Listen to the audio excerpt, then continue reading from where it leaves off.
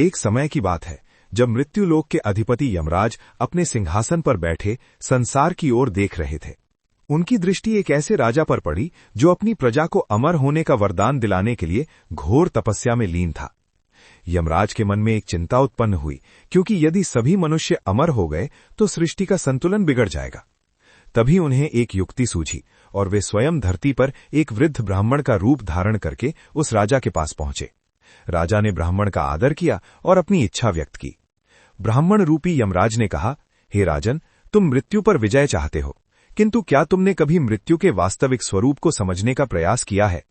ये सुनकर राजा ने प्रश्न किया, तो आप ही बताइए, क्या है मृत्यु का रहस्य? यमराज ने गंभीर स्वर में कहा, हिंदू शास्त्रों के अनुसार मृत्यु शरीर का अंत है, आत्मा का नहीं। कठोपनिषद में लिखा है कि आत्मा अजर, अमर और नित्य है।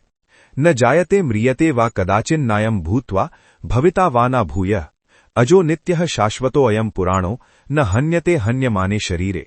अर्थात ये आत्मा न तो कभी जन्म लेती है न मरती है, न ही ये उत्पन्न होकर फिर अस्तित्व में आने वाली है। ये अजन्मा, नित्य, सनातन और पुरातन है। शरीर के मारे जाने पर भी ये नहीं मारी जाती। राजा चकित रह गया। यमराज ने आगे समझाया, मृत्यु तो एक द्वार है जिससे होकर आत्मा एक शरीर को छोड़कर दूसरे में प्रवेश करती है। यही पुनर्जन्म का चक्र है।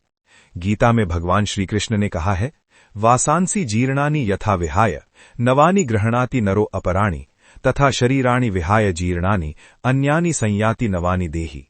जिस प्रकार मनुष्य पुराने वस्त्रों को त्याग कर नए वस्त्र धारण करता है, उसी प्रकार आत्मा पुराने शरीर को त्याग कर नवीन शरीरों को प्राप्त करती है। राजा का अहंकार टूट गया। उसे समझ आया कि वो जिस अमरता की खोज में है वो तो शरीर के लिए नहीं, आत्मा के लिए सनातन सत्य है। उसने वृद्ध ब्राह्मण के चरण पकड़ लिए और कहा, हे प्रभु, आप कोई साधारण ब्राह्मण नहीं है। तभी यमराज ने अपना दिव्य रूप प्रकट किया और कहा, हे राजन, तुम्हारी तपस्या से प्रसन्न होकर मैं ये ज्ञान दिया। सच्चा अमरत्व ईश्वर की भक्ति और धर्म के पालन में है। मृत्यु से डरो मत, क्योंकि ये जीवन का एक अनिवार्य अंग है।